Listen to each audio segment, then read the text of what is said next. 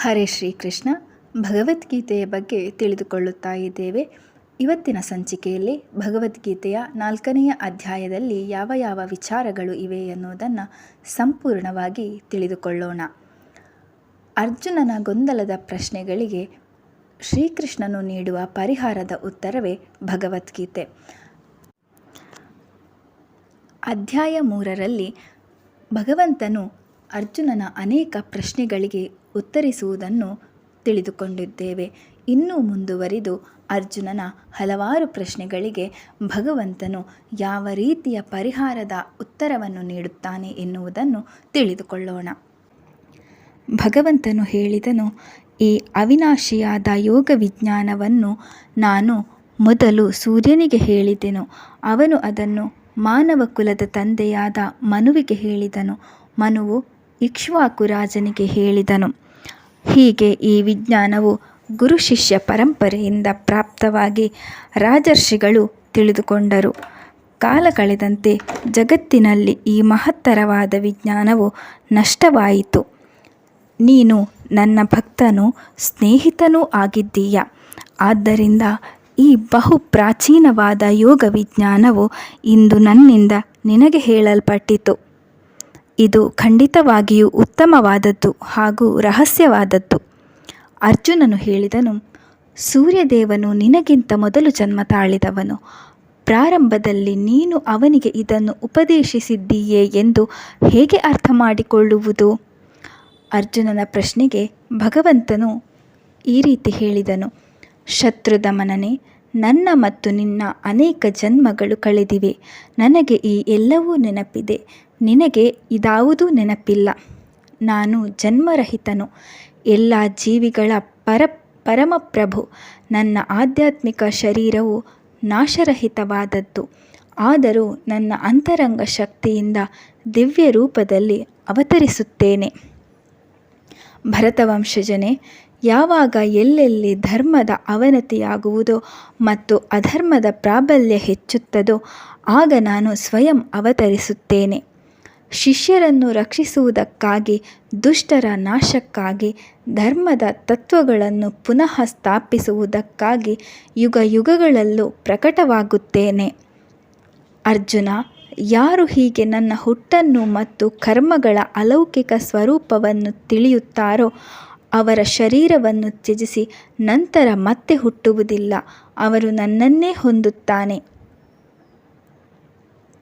ಭಯ, ಆಸಕ್ತಿ, ಕೋಪಗಳಿಂದ ಮುಕ್ತರಾಗಿ ಅನೇಕರು ನನ್ನಲ್ಲಿ ಸಂಪೂರ್ಣವಾಗಿ ಆಶ್ರಯ ಪಡೆದು ಜ್ಞಾನದ ತಪಸ್ಸಿನಿಂದ ಪರಿಶುದ್ಧರಾಗಿ ನನ್ನಲ್ಲಿ ದಿವ್ಯ ಪ್ರೇಮವನ್ನು ಪಡೆದಿದ್ದಾರೆ.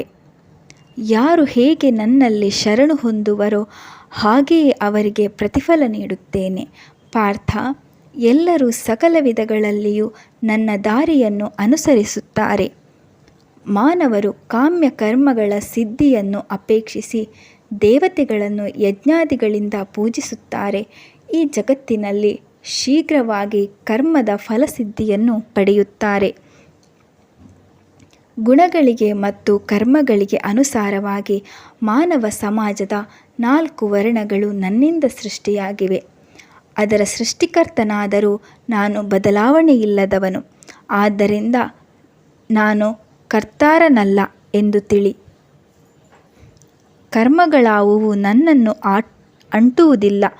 ಕರ್ಮಫಲದಲ್ಲಿ ನನಗೆ ಬಯಕೆಯಿಲ್ಲ.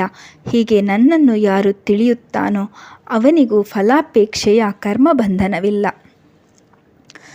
ಹಿಂದಿನಿಂದಲೂ ಮೋಕ್ಷ ಪಡೆದವನು ನನ್ನ ದಿವ್ಯ ಸ್ವಭಾವವನ್ನು ಹೀಗೆ ಅರ್ಥ ಮಾಡಿಕೊಂಡು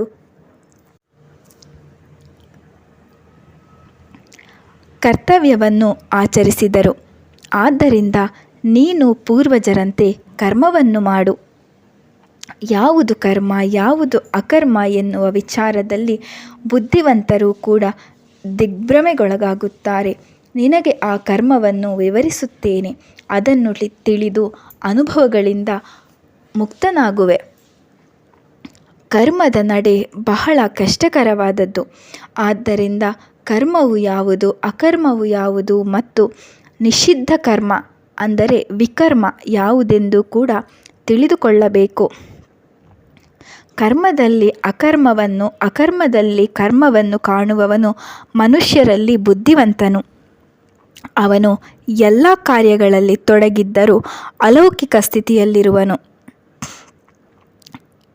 ಯಾರ ಎಲ್ಲ ಕರ್ಮಗಳು ಇಂದ್ರಿಯ ತೃಪ್ತಿಯ ಆಸೆಯಿಂದ ಮುಕ್ತವಾಗಿರುತ್ತದೆಯೋ ಅವನ ಕರ್ಮದ ಪ್ರತಿಕ್ರಿಯೆಗಳನ್ನು ಪರಿಪೂರ್ಣ ಜ್ಞಾನದ ಅಗ್ನಿಯು ಸುಟ್ಟು ಹಾಕುವುದೆಂದು ಪಂಡಿತರು ಘೋಷಿಸುತ್ತಾರೆ.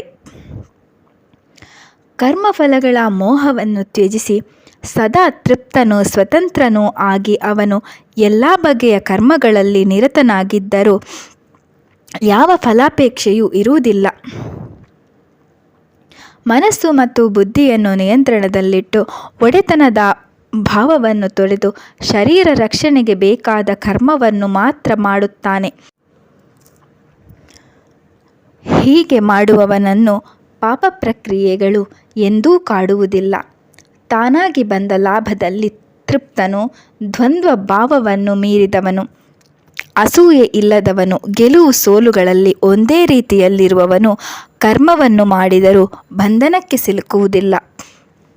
ಪ್ರಕೃತಿಯ ಗುಣಗಳಿಂದ ಮುಕ್ತನಾದವನ ದಿವ್ಯಜ್ಞಾನದಲ್ಲಿ ಸಂಪೂರ್ಣವಾಗಿ ಸ್ಥಿತನಾದವನ ಕರ್ಮವು ಆಧ್ಯಾತ್ಮದಲ್ಲಿ ಸಮಗ್ರವಾಗಿ ಲೀನವಾಗುತ್ತದೆ. ಯಾವ ಯಜ್ಞದಲ್ಲಿ ಅರ್ಪಿಸಲ್ಪಟ್ಟದ್ದೋ ಅರ್ಪಣೆಯು ಮತ್ತು ಹುತಾಗ್ನಿಯು ಆಧ್ಯಾತ್ಮನೇ ಆಗಿದ್ದು ಬ್ರಹ್ಮರೂಪಿಯಾದ ಕರ್ತಾರನಿಂದ ಪೂರ್ಣವಾದ ತಲ್ಲಣತೆಯಿಂದ ಮಾಡಲ್ಪಟ್ಟರೆ ಅದರ ಫಲವು ಆಧ್ಯಾತ್ಮವೇ ಆಗಿರುತ್ತದೆ.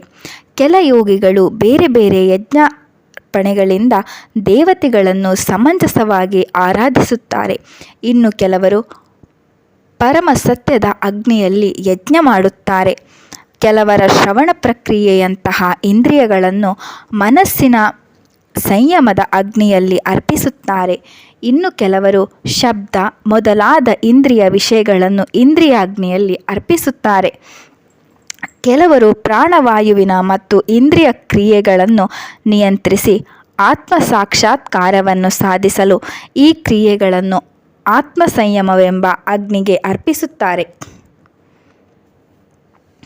ಹೀಗೆ ಕೆಲವರು ಕಟ್ಟುನಿಟ್ಟಿನ ವ್ರತವನ್ನು ಮಾಡಿ, ಕೆಲವರು ತಮ್ಮ ಸ್ವತ್ತನ್ನು ತ್ಯಜಿಸಿ, ಕೆಲವರು ತಪಸ್ಸನ್ನು ಮಾಡಿ, ಕೆಲವರ ಅಷ್ಟಾಂಗ ಯೋಗ ಯಜ್ಞವನ್ನು ಮಾಡಿ, ಕೆಲವರು ವೇದಾಧ್ಯಯನದ ಜ್ಞಾನ ಯಜ್ಞವನ್ನು ಮಾಡಿ ಜ್ಞಾನ ಯೋಗವನ್ನು ಹೊಂದುತ್ತಾರೆ. ಇನ್ನೂ ಕೆಲವರು ಪ್ರಾಣಾಯಾಮ ಪ್ರಕ್ರಿಯೆಯನ್ನು ಅನುಸರಿಸಿ ಹೊರಹೋಗುವ ವಾಯುಗತಿಯನ್ನು ಒಳಬರುವ ವಾಯುಗತಿಗೆ ಮತ್ತು ಒಳಗಿರುವ ವಾಯುಗತಿಯನ್ನು ಹೊರಹೋಗುವ ವಾಯುಗತಿಗೆ ಅರ್ಪಿಸುತ್ತಾರೆ. ಇತರರು ಆಹಾರವನ್ನು ನಿಯಂತ್ರಿಸಿ ಹೊರಹೋಗುವ ಉಸಿರನ್ನು ಹೊರಹೋಗುವ ಉಸಿರಲ್ಲೇ ಯಜ್ಞವಾಗಿ ಅರ್ಪಿಸುತ್ತಾರೆ. ಈ ಎಲ್ಲ ಯಜ್ಞದ ಅರ್ಥವನ್ನು ಬಲ್ಲವರು ಪಾಪವನ್ನು ಕಳೆದುಕೊಂಡು ನಿರ್ಮಲರಾಗುತ್ತಾರೆ. ಯಜ್ಞಫಲದ ಅಮೃತವನ್ನು ಸವಿದು ಪರಮ ಶಾಶ್ವತ ವಾತಾವರಣವನ್ನು ಸೇರುತ್ತಾರೆ. ಕುರುವಂಶ ಶ್ರೇಷ್ಠನೇ, ಯಜ್ಞಗಳನ್ನು ಮಾಡುವವನಿಗೆ ಈ ಲೋಕವೇ ಇಲ್ಲ, ಬೇರೆ ಲೋಕಗಳ ಮಾತೇನು? ಹೀಗೆ ವಿವಿಧ ಬಗೆಯ ಯಜ್ಞಗಳು ವೇದಗಳ ಮೂಲಕ ಬಂದರೂ ಕರ್ಮದಿಂದಲೇ ಹುಟ್ಟುವಂಥದ್ದು. ಇದನ್ನು ನೀನು ತಿಳಿದುಕೊಂಡರೆ ಬಿಡುಗಡೆಯನ್ನು ಪಡೆಯುವೆ. ದ್ರವ್ಯಮಯ ಯಜ್ಞ ಮಾಡುವುದಕ್ಕಿಂತ ಜ್ಞಾನಮಯ ಯಜ್ಞವು ಉತ್ತಮವಾದುದು ಪಾರ್ಥ. ಎಲ್ಲ ಯಜ್ಞ ಕರ್ಮವು ದಿವ್ಯ ಜ್ಞಾನದಲ್ಲಿ ಕೊನೆಗೊಳ್ಳುತ್ತದೆ. ಗುರುಗಳ ಬಳಿಗೆ ಹೋಗಿ ಅದನ್ನು ತಿಳಿಯಲು ಪ್ರಯತ್ನಿಸು. ವಿನಯವಾಗಿ ಪ್ರಶ್ನಿಸು ಮತ್ತು ಸೇವೆ ಮಾಡು. ಸತ್ಯದ ದರ್ಶನ ಮಾಡಿದವರು ನಿನಗೆ ಜ್ಞಾನದ ದೀಕ್ಷೆ ನೀಡಬಲ್ಲರು. ಪಾಂಡುಪುತ್ರನೇ, ಯಾವುದನ್ನು ತಿಳಿದು ಮತ್ತೆ ಇಂತಹ ಭ್ರಾಂತಿಗೆ ಸಿಲುಕುವುದಿಲ್ಲವೋ, ಯಾವ ಜ್ಞಾನವು ಲಭಿಸಿದಾಗ ಎಲ್ಲ ಜೀವಿಗಳನ್ನು ನನ್ನಲ್ಲಿ ಕಾಣುವೆಯೋ ಅದನ್ನು ತಿಳಿ. ಎಲ್ಲ ಪಾಪಿಗಳಲ್ಲಿ ಮಹಾಪಾಪಿಯಾದರೂ ದಿವ್ಯ ಜ್ಞಾನದ ದೋಣಿಯಲ್ಲಿ ದುಃಖ ಸಾಗರವನ್ನು ಸಂಪೂರ್ಣವಾಗಿ ದಾಟಬಲ್ಲೆ. ಅರ್ಜುನ, ಉರಿಯುವ ಬೆಂಕಿಯ ಕಟ್ಟಿಗೆಯನ್ನು ಹೇಗೆ ಬೂದಿಯಾಗಿ ಮಾಡುತ್ತದೆಯೋ ಹಾಗೆಯೇ ಜ್ಞಾನವೆಂಬ ಅಗ್ನಿಯು ಎಲ್ಲ ಕರ್ಮಗಳ ಪ್ರತಿಕ್ರಿಯೆಗಳನ್ನು ಸುಟ್ಟು ಭಸ್ಮ ಮಾಡುತ್ತದೆ. ಈ ಜಗತ್ತಿನಲ್ಲಿ ಆಧ್ಯಾತ್ಮ ಜ್ಞಾನಕ್ಕೆ ಸಮಾನವಾದದ್ದು ಯಾವುದೂ ಇಲ್ಲ. ಅದನ್ನು ಯೋಗದ ಆಚರಣೆಯಲ್ಲಿ ಸಿದ್ಧನಾದವನು ಕಾಲಕ್ರಮದಲ್ಲಿ ತನ್ನಲ್ಲೇ ಅನುಭವಿಸುವನು.